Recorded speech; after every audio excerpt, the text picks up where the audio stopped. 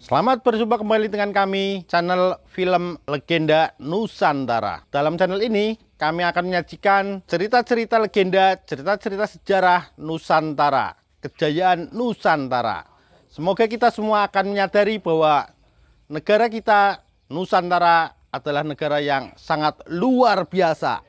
Salam NKRI. Kemelut Belambangan bagian 57. Sitiong, sadarlah. Kembali dia membentak dan suaranya mengandung getaran yang berwibawa. Sitiong bangkit duduk, menggosok kedua matanya, lalu memandang ke arah api unggun, dan mengangkat muka memandang kepada Djoko Darmono. Djoko, apa yang terjadi? Sitiong, engkau mengigau dan ketika kubangunkan, engkau menyerang aku. Aduh, maaf, Djoko. Aku bermimpi, melihat Hongmoy diculik orang. Aku mengejarnya dan aku menyerang penculiknya. Akan tetapi dia tangguh sekali sehingga aku terpelanting dan terbangun. Ah, pantas ketika kubangunkan engkau memukulku. Maaf, Djoko. Sungguh aku menyesal sekali. Hus, sudahlah. Pukulanmu tidak mengena, dapat kuhindarkan. Andai kata mengenai sasaran sekalipun, karena engkau memukul dalam keadaan mimpi, engkau tidak bersalah Sitiong. Ingatkah engkau bagaimana wajah penculik itu? Tidak, hanya aku tahu dia seorang laki-laki. Aku khawatir sekali akan nasib Hongmoy, Djoko. Suaranya menggetar sehingga Djoko Darmono merasa kasihan kepada pemuda itu. Itu hanya mimpi, Sitiong. Karena engkau selalu mengkhawatirkan keselamatan Sui Hong, maka sampai terbawa mimpi. Sudahlah, jangan dipikirkan dengan bayangan yang bukan-bukan. Percayalah saja bahwa Gusti Allah tentu akan menyelamatkan Sui Hong karena ia seorang yang baik. Terima kasih, Djoko, dan maaf, aku telah mengganggu tidurmu. Mereka lalu tidur kembali, akan tetapi Sitiong tidak dapat tidur lagi. Bayangan Sui Hong diculik orang selalu terbayang dan dia duduk bersila dekat api unggun, menjaga agar api unggun tidak sampai padam. Djoko Darmono sudah tertidur pulas membelakanginya dan diam-diam Sitiong merasa iba sekali kepadanya. Kalau saja Djoko Darmono itu laki-laki, tentu tidak timbul rasa iba melihat dia tidur tergolek di atas lantai gua itu. Akan tetapi Djoko Darmono adalah seorang wanita, seorang gadis muda. Djoko Darmono tidur dengan pulas. Dia memang tadinya amat khawatir memikirkan Bagus Sajiwo, akan tetapi karena tahu bahwa mengkhawatirkan saja tidak ada gunanya bahkan merugikan, padahal dia perlu mengasuh sampai tenaganya segar, dia dapat mencari Bagus Sajiwo. Maka dia menghentikan semua pemikiran dan dapat tidur pulas. Djoko. Djoko. Bangunlah, Djoko. Teriakan itu mengejutkan Djoko Darmono yang segera terbangun dan cepat dia bangkit duduk. Dia melihat Sitiong di depan gua. Kiranya pagi telah menggantikan malam. Sinar matahari pagi masih lemah, namun sinarnya cukup terang dan mulai mengusir sisa kegelapan malam. Ada apa lagi, Sitiong? Tanya Djoko Darmono sambil menghampiri pemuda itu. Bermimpi lagikah engkau? Tidak, Djoko, tidak. Lihat, mereka. Mereka terdampar di sana. Djoko Darmono memandang ke arah pantai berpasir yang berada di bagian bawah bukit karang yang ada guanya itu. Ah, benar. Mari kita ke sana. Djoko Darmono melompat dan berlari cepat, diikuti Sitiong. Sebentar saja mereka sudah tiba di pantai berpasir itu. Ternyata ada 4 orang anak buah perahu namun masih hidup, dan terdapat juga jenazah Tan Bengki yang dadanya tertembus beberapa butir peluru. Tentu saja hati Djoko Darmono kecewa bukan main karena di antara mereka tidak terdapat Bagus Sajiwo. Juga Sitiong diam-diam menahan kesedihannya karena tidak melihat Sui Hong ikut terdampar di situ. Sitiong dan Djoko Darmono lalu menolong 4 orang anak buah perahu itu. Setelah kesehatan mereka agak membaik, mereka lalu bercerita betapa mereka diombang-ambingkan gelombang dan tiba-tiba malam tadi ada gelombang besar dari tengah menyeret mereka sampai ke daratan itu. Setelah 4 orang itu kuat kembali, Sitiong lalu mengubur jenazah Tan Bengki. Karena tidak ada alat untuk upacara sembahyang seperti yang pada umumnya dilakukan bangsa Cina pada waktu itu, Sitiong lalu memberi hormat, berlutut, pai kui, memberi hormat berlutut dan membenturkan dahi ke tanah, 3 kali. Kemudian dia berdiam diri, masih berlutut dan termenung, seperti lupa akan keadaan sekelilingnya. 4 orang anak buah itu tadi diutus mencari dusun terdekat dan membeli makanan untuk mereka berenam. Juga mereka disuruh membeli pakaian kepada penduduk dusun yang berdekatan.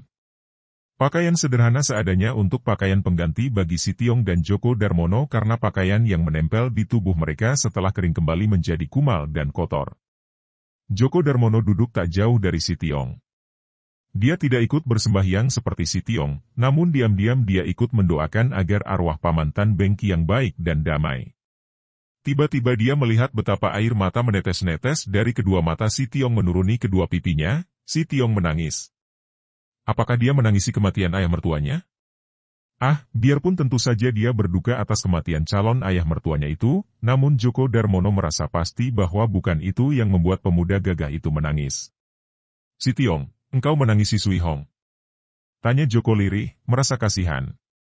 Sitiong menggunakan kedua tangannya untuk menyusut air matanya, akan tetapi air matanya menetes semakin deras. Aku khawatir sekali, Djoko. Aku khawatir dan kasihan kepada Hong Moi. Kalau terjadi malapetaka menimpa dirinya. Djoko Darmono diam saja, membiarkan pemuda itu melampiaskan rasa khawatir dan sedihnya melalui penumpahan air mata. Akhirnya Sitiong mampu menguasai perasaannya dan dia menghapus kering air matanya, lalu berkata kepada Djoko Darmono. Djoko, maafkan kelemahan dan cengenganku. Sitiong, engkau cinta sekali kepada Sui Hong, bukan? Sitiong mengangguk. Dengan seluruh jiwa ragaku, Djoko. Kemudian dia menghadapi makam Tan Bengki dan dengan kedua tangan menyembah depan dada dia berkata.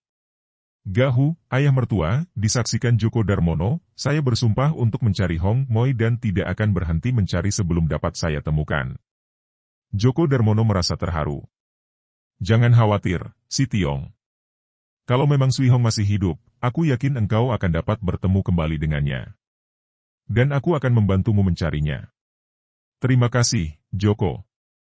4 orang anak buah perahu, para karyawan mendiang Tan Bengki datang membawa makanan dan pakaian pengganti untuk Djoko Darmono dan Sitiong.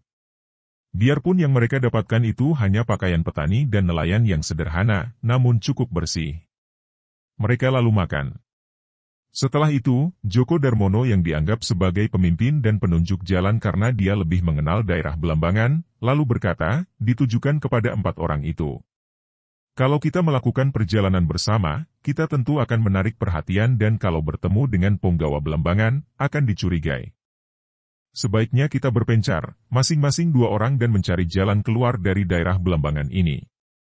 Kalian berempat dipecah menjadi 2 kelompok terdiri dari 2 orang, carilah jalan keluar masing-masing dan kukira jalan terbaik untuk keluar dari daerah ini dengan aman adalah menuju ke utara, sedapat mungkin menghindari jalan umum dan dusun-dusun. Aku sendiri bersama Sitiong akan mengambil jalan lain karena kami masih akan mencari Bagus dan Sui Hong. Sitiong lalu memberi nasihat agar mereka berhati-hati, dan kalau sudah tiba di Tuban dengan selamat agar jangan mengabarkan kepada istri Tan Bengki akan kematian majikan mereka itu. Kemelut Belambangan karya Ho Ping Hu di http://ceritasilat-novel.blogspot.com by Saiful Bahri Situbondo. Katakan saja bahwa perahu kita tenggelam dan semua orang mencari keselamatan masing-masing, dan kalian belum tahu di mana adanya yang lain-lain. Biarlah aku sendiri yang kelak menyampaikan berita duka itu. 4 orang itu lalu berpencar menjadi 2 rombongan dan meninggalkan tempat itu. Sejak makan bersama tadi, Djoko Darmono tampak pendiam, bahkan ketika bicara kepada 4 orang itu, sikapnya berbeda dengan biasanya. Wajahnya muram dan pandang matanya kehilangan sinarnya. Biasanya dia selalu licah gembira bahkan malam tadi pun masih tampak menunduk.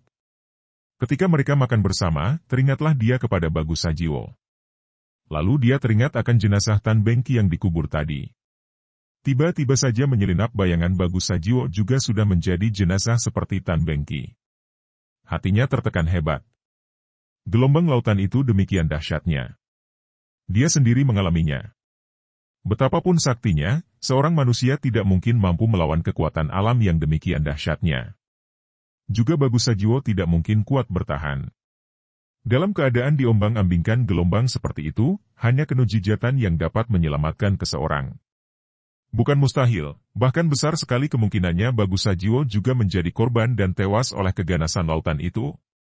Bayangan inilah yang meremas-remas hatinya dan dia menyadari sepenuhnya betapa dia kehilangan, betapa dia kesepian, betapa hidup ini kehilangan sinarnya, hanya merupakan derita sengsara. Kalau Bagus Sajiwo meninggal